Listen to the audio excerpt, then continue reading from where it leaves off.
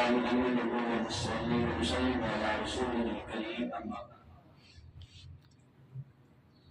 لا يعصون الله ما أمرهم ويفعلون ما يؤمرون. فرشتوں سے بہتر ہے انسان بننا، فرشتوں سے بہتر ہے انسان بننا، مگر اس میں پڑتی ہے محنت زیادہ. معزز اساتذہ، عزیز طلبہ، السلام علیکم.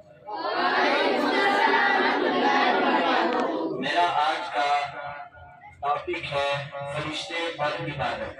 اسلامی عقائد میں اللہ رب العالمین پر ایمان لانے کے بعد جو سب سے ضروری امر ہے وہ فرشتوں پر ایمان لانا ہے، چونکہ اللہ اور اللہ کے رسولوں اور نبیوں کے درمیان جو بنیادی رابطہ اور ریلیشن تھا وہ فرشتوں نے قائم کیا، اور اگر فرشتوں پر ایمان نہیں رہے گا، درمیان سے فرشتے نہیں ہوں گے، تو اللہ کے اور اللہ کے نبیوں کے درمیان ربط نہیں رہے گا.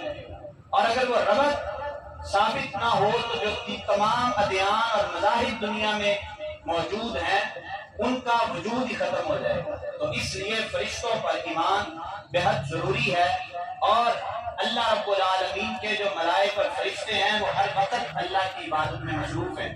حدیث نبوی ہے، نبی رحمت صلی اللہ علیہ وآلہ وسلم نے فرمایا، حضور فرماتے ہیں کہ اللہ تعالیٰ کے آسمان پر کوئی بھی ایک بالشت جگہ ایسی نہیں ہے جہاں پر کوئی فرشتہ سجدہ ریز نہیں ہے. اور دوسری حدیث ہے، جس طرح مسلمانوں کا قبلہ اور طواف کا بیت اللہ ہے، سیم اس کے اوپر بیت المعمور ہے جس کا طواف فرشتے کرتے ہیں. تو کائنات کے امام فرماتے ہیں کہ ایک فرشتہ زندگی میں ایک دفعہ ہی بیت المعمور کا طواف کر سکتا ہے. اس قدر تعداد زیادہ ہے ملائک کی کہ جو ایک دفعہ زندگی میں طواف کر لیتا ہے دوبارہ قیامت تک اس کی باری نہیں آئے گی. اور فرشتے اس قدر طاقتور ہیں، حضرت جبرائیل علیہ السلام کے 600 پر ہیں، اور ایک پر کی جو چوڑائی ہے وہ مشرق سے مغرب تک ہے. وہ اتنے طاقتور بھی ہیں، اور اللہ تعالیٰ نے ان کو ہر قسم کے عیب سے پاک بنایا ہے. وہ کسی قسم کا اللہ تعالیٰ کی عبادت میں فرق نہیں کرتے، کوئی لالچ نہیں، بغیر لالچ کے، بغیر حرص کے، بغیر طمع کے اللہ کی عبادت میں مصروف ہیں.